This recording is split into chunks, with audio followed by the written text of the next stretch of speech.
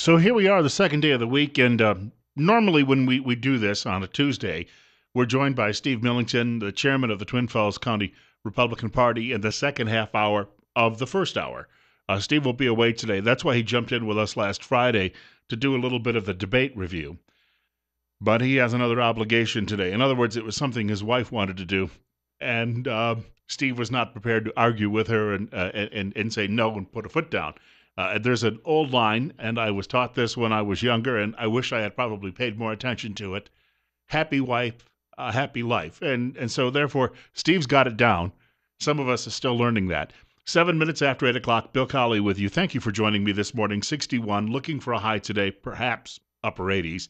It didn't get as hot yesterday, I guess, as we thought it would, and there was a rain shower that passed through in the afternoon, depending on where you happen to live.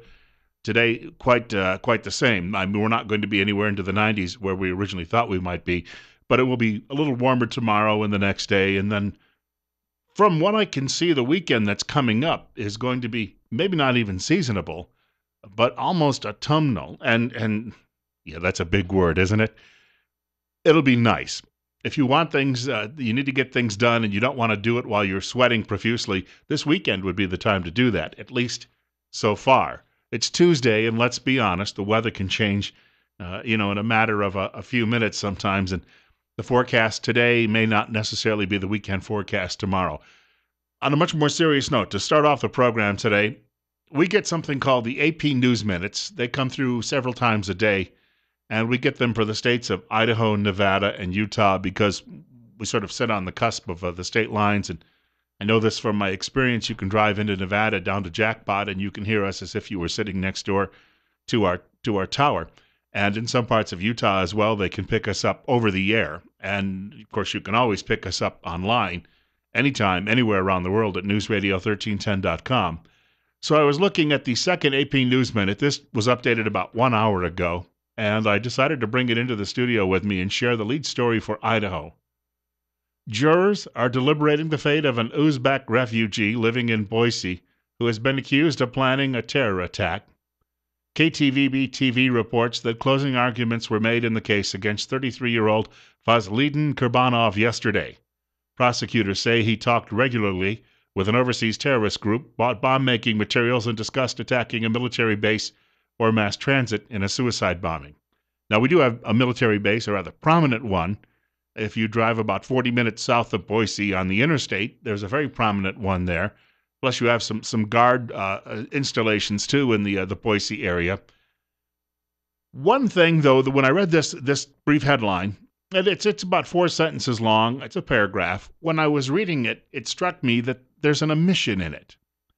And maybe you noticed that, too, as well. Now, at the Associated Press, they may be saying, a news minute, we give you 4 quick stories to read on air. So we have to make some cuts. There have to be some things we have to leave out. But you would think that at least it would qualify that they would mention what was the fellow's motivation for this. Did he just wake up one day and say, I feel like building a bomb today and blowing up an Air Force base? And then they mention he was in contact with overseas terrorists. And that was a fairly common activity, apparently, that he had. Well, what kind of terrorists were they? Were they atheist terrorists? Were they Buddhist terrorists? Were they Christian terrorists?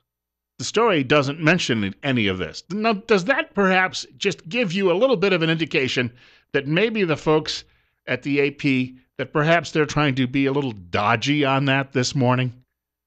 Because I think I know exactly what type of terrorist this fellow happens to be, and I think I happen to know exactly what his motivation happens to be when it comes to terrorism and his desire, his gleeful desire to create havoc within his adopted country. Bill Colley with you this morning on News Radio 1310, KLIX, and newsradio1310.com. This is Top Story. You can reach our program by dialing 736-0300. That number, 736-0300. We have a caller with us right now, and you're on the air. The terrorist is Butch Otter, $900,000 sticking it up his butt from frivolous lawsuits. That's a terrorist right there. Oh, gosh, yes. Yes, he's been roaming around the countryside with his scimitar and his dagger clenched between his mouth. Yeah, Butch Otter, highly dangerous man. Well, a couple of times at banquets, he nearly nodded off listening to some of the boring people introduce him. That could be pretty serious stuff. We do not want to recognize that this fellow, this Uzbek terrorist, who came here on a refugee resettlement plan, happens to be a Muslim. Do you follow me? Bill Colley with you, and you're on the Air on Top story as well. Morning, Bill. Had it been a Christian terrorist, I assure you they would have made note of that. Oh, that yeah. would have been front page news. But I want to real quick say the only thing wrong with your show is that it's not on long enough. You need more time on the radio. Hey, Take care, sir. Thank you very much. I wholly endorse that. Although I got to be honest with you, I used to do a show when I first got into talk radio. I was doing a show on a regular basis. I did a part-time radio talk show back in the middle of the 1990s, doing really, really well, but I decided to go into television. Well, sometimes, we make bad decisions in life. But when I came back to radio, I did about 16 months of radio, and somebody offered me a regular full-time talk show. And I would do it from 5 a.m. in the morning until 9 a.m. And let me tell you, that's a bit of a marathon type of performance. But I got so into it that I started feeling I could do it for 6 hours. The problem was, is Laura Ingraham was already on the schedule at 9 a.m. at the time, so she was pretty good. So they didn't move many things around. But I had that feeling that I could have done it, and we weren't yet really into that internet age where we could have decided to stay around and do it online for a couple of more hours. But I could have done 6 hours a day easily. It would not have been a problem. I think in this day and age, Howard Stern, in fact, for a while was doing something like that before he went over to satellite radio and his career died. But he was doing something like that. What they would do is on his regular radio show out of New York, which was at the time I believe syndicated in about 80 different cities. When they would finish, they would just move over online. If they were on a roll, they would just continue online, sometimes for hours. And just because it was great entertainment, great theater. But I think nothing like that's in the works anytime soon here. And the other part of that is, I don't know that I'm going to be going to go to management and say, you know what, I'm underworked and overpaid. You know what, you really got to give me more to do. I'm getting to an age in life where I think that I've pretty well figured that part of it out, and I don't think I'm going to take that plunge. And then I did a 4-hour show in the afternoons for several years, for about 5 years, and I'll tell you what, that was also, we used to do it live. We'd go down to a dock along the Atlantic Ocean, and we'd set up and we'd sit there and we'd talk to people about football and basketball and hockey and the like, and sometimes a few politicians would come through. It was a weird hybrid of a political show and a sports talk show. And then at the end of 4 hours, and I would really be on a roll, I would think, but when I'd get to 7 p.m. at night and we'd be packing up, I could have put my head down and fallen asleep. It would come on at 7:05 just like that. It would be just like a balloon deflating. But I do agree. There's sometimes when I'm doing this, I feel like I could go on for 6-7 hours, and then, of course, other days, 2 hours is just about enough. 8:15, Bill Colley with you on Top Story on News Radio 1310 KLIX. And newsradio1310.com. If you have a question for people in power about this Islamic refugee resettlement program, let's be honest, it's not very often a Christian resettlement program. Do you know that a couple of years ago in Syria, there were 1.1 million Christians? Now there are 400,000, which begs the question, what happened to the other 700,000? Well, maybe a couple 100,000 managed to get out. The other 500,000 are now fertilizer. No one's really making much of an effort to rescue those people. But we are making an effort to just bring people here, and we know so little about them. Well, at 9 o'clock this morning in Filer, and on Main Street at the town hall, 9 o'clock this morning, U.S. Senator Mike Crapo was holding a town hall meeting, and they all say they do this so they can get some input from the constituents. Well, constituents, this is your opportunity to give the senator an earful, because we do not have him yet on record about how he feels about this program, also about defending the United States, perhaps, from internal enemies, which could well be on their way. And we've got one in Boise who's probably going to be sentenced today and spend a great deal of time. We'll have to now spend the next 40 years feeding him at a federal prison. I don't know why. If we hadn't brought him here in the first place, we wouldn't have to deal with any of this.